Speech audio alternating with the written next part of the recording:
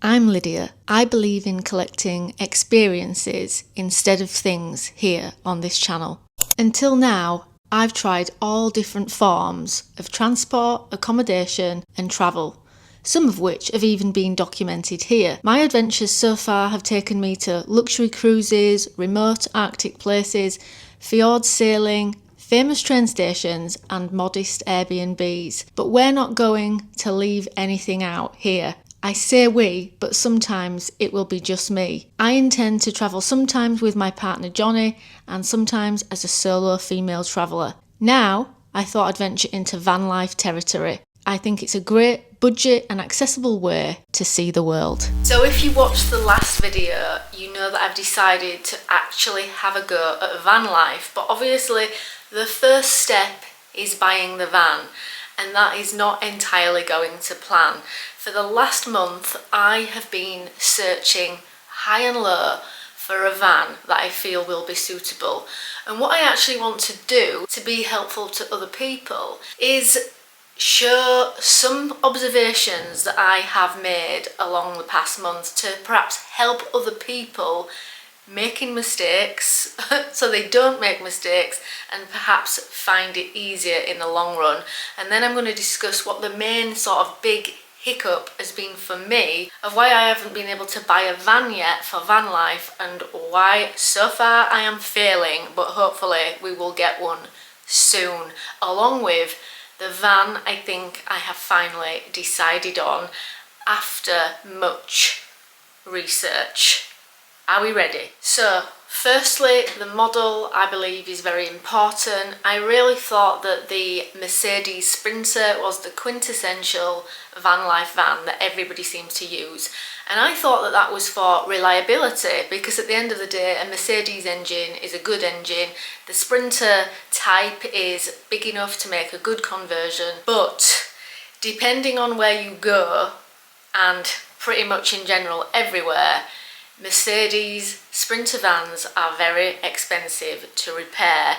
So what I don't want to do is cost myself a fortune. So I went off the idea of getting a Mercedes Sprinter van, and I started looking at, well, what isn't too expensive? And the problem is, because that I intend to do van life to begin with in Europe, but then eventually America, I have to look at models that would possibly be easily repairable in both places. And the truth is, there aren't a lot of vehicles that cross over that have good accessibility for repairs in both places. It's very, very niche, because I started looking at things like some of the Nissan and Citroens and Renault vans that we have here. And again, because they're not as accessible in America, they're very, very hard to access, to repair.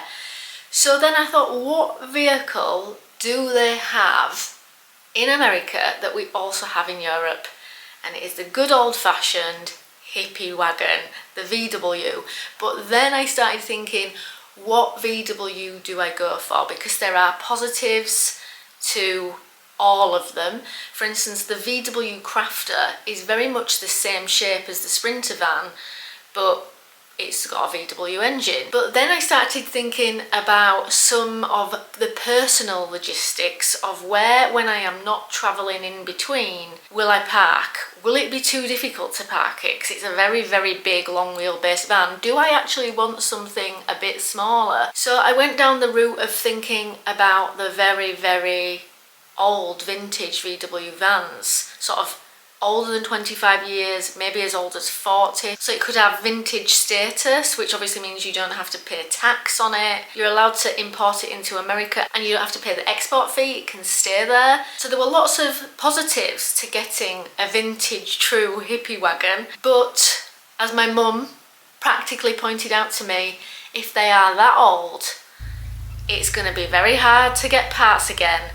And even though VW is a widely used vehicle there, not if it's that old. It's going to be hard, it's going to be expensive. So sadly, I went off the antique idea of getting a VW, not antique van, but vintage van. So then I started looking at things that were just exactly 25 years old. So they're not quite vintage, but they still avoid the import-export that you have to do for America, in that if they're 25 years old, they're allowed to stay there. So if I got something that was around the 2000 mark, for instance, like a VW Transporter, I could spend lots of time making the build nice myself, which is something I wasn't going to do originally, and then taking it to America, potentially selling it over there if I wanted to, or spending as long as I wanted, providing I got the visa, travelling around there. Because what I have seen, sadly, about the VW Transporters is when they are already converted, they all just have that that rock and roll bed, which it's okay, but I sort of know that getting it out and putting it away every day I would find annoying. I just really want to have a fixed base bed across the bottom. I also, if I have a choice, would really like to get the side barn doors. I think it would be easier for when you're perhaps parking up to access the back than having the back have to come all the way up, like, you know, the hatchback, which sadly about 90% of VWs here, VW vans, are, and I would much prefer the side barn doors. So now that I've decided on the vehicle, why is it taking so long? Well, I live in a really remote area in the north, and conversely to what it's like for some people that I've seen discuss buying vehicles, here the more you go into the city, the cheaper it is, because there's more choice and competition. So people are always dropping their price a bit lower than everyone else to try and sell their vehicle.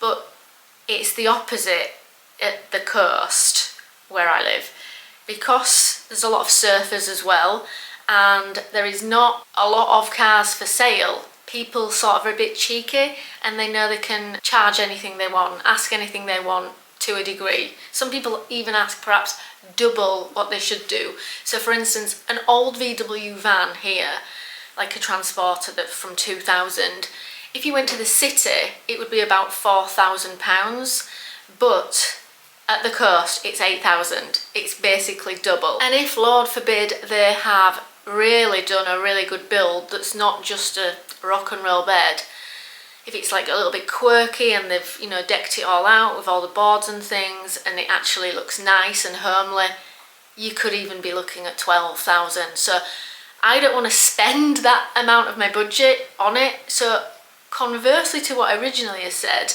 which was that I was just going to get it and I didn't want it to be a long drawn out thing, I want to get the right vehicle because I want it to last. And I even thought at one point of just getting one vehicle here, like a small van for doing Europe, but at the point we wanted to go to America, sell that and get another to go to America. But I just thought it seemed like too much faffing about. I want to get the van that I intend to keep. So I am looking for a long wheelbase with barn side doors VW, because that will be easier to repair in America and Europe. That's just a little Zala that you can see off camera.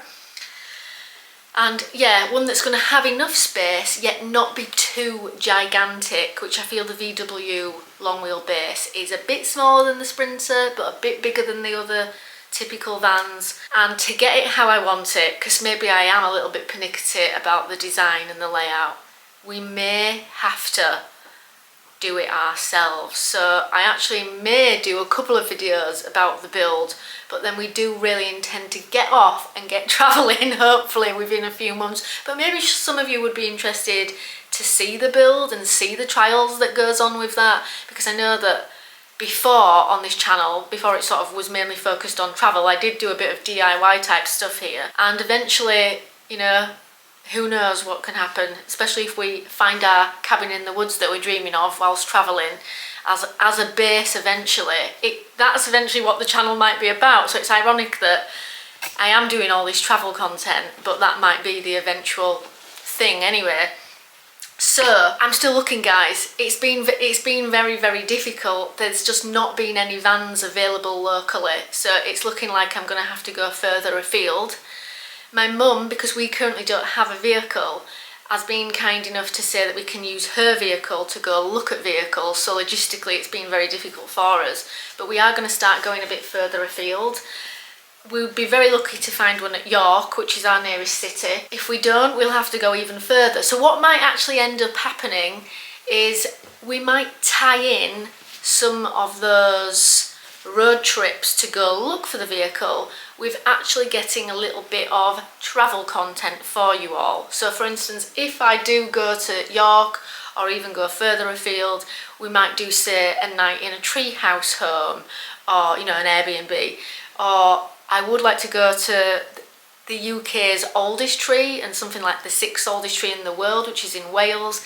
So depending on how far we go looking for this van, we will also try and tie it in with getting a bit of travel content as well, because I just really want to get the right van. So I hope that's something that you'll all be interested in. And if we get a completely blank canvas of a van, which is what it's looking like, to get one of a reasonable price, I am going to have so much fun with the design, incorporating some of my aesthetic home design in with the vehicle. So it will be like a tiny home on wheels. It's not going to feel like just a van, which I feel the rock and roll beds really make it feel like it is just a van with a bed in it, and I don't want it to feel like that. So we're going to do this right, guys.